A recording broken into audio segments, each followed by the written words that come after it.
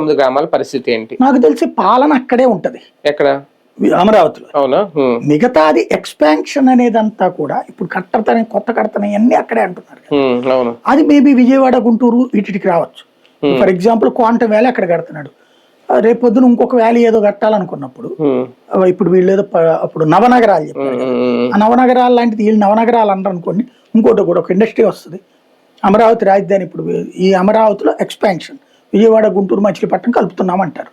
కలుపుతున్నాం అన్నప్పుడు exports and imports లాంటి ఎక్కడికి పెట్టుకోవాలి?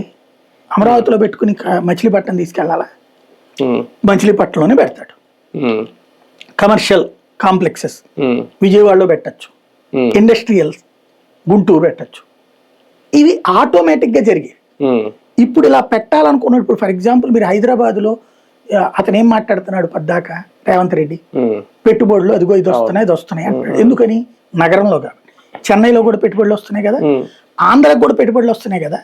వీళ్ళే చెప్తున్నారు కదా 25% దేశంలో తెస్తున్నామని. ఎక్కడ పెట్టారు ఆంధ్రాలో ఒకసారి చెక్ చేయండి. టోటల్ ఆంధ్రాకు వచ్చిన 25 రూపాయల పెట్టుబడులు, ఇది ఓవరాల్ 125 వచ్చింది కదా, 25లో అమరావతికి 5 రూపాయలు వస్తే 20 రూపాయలు బయట వస్తున్నాయి. మనం అడుగుతున్నాం నువ్వు రాయి అమరావతికి అని.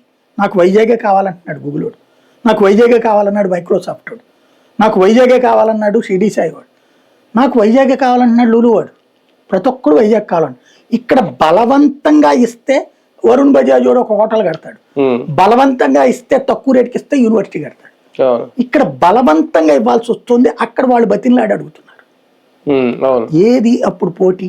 రేపు పొద్దున అదే విజయవాడ, గుంటూరు కలిసింది అనుకోండి, ఎక్స్పాన్షన్ జరిగినప్పుడు విజయవాడ వద్దంటారా?